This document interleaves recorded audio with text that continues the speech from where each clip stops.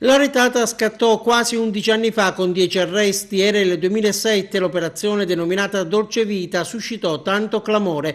I carabinieri, coordinati dall'allora PM Santo Fornacier, scoprirono un'attrezzata casa a luci rosse mascherata da nightclub dove numerose donne straniere erano costrette ad accogliere clienti. La struttura nella zona industriale di Agrigento. 11 le persone che rischiano ora di finire sotto processo. Sono state iscritte nel registro degli indagati.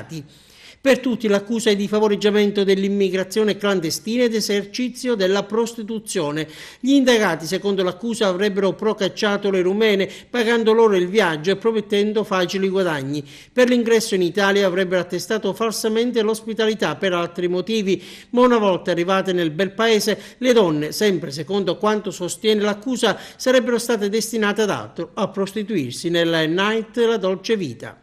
All'interno del locale notturno vi sarebbero stati anche dei camerini che le ragazze utilizzavano per esercitare quello che viene definito il mestiere più antico del mondo. Con l'avviso delle conclusioni delle indagini, i difensori avranno 20 giorni di tempo per produrre memorie o avanzare la richiesta di un interrogatorio dei propri assistiti per tentare di convincere il PM Elenia Manno, che si occupa dell'inchiesta, a non chiedere il rinvio a giudizio.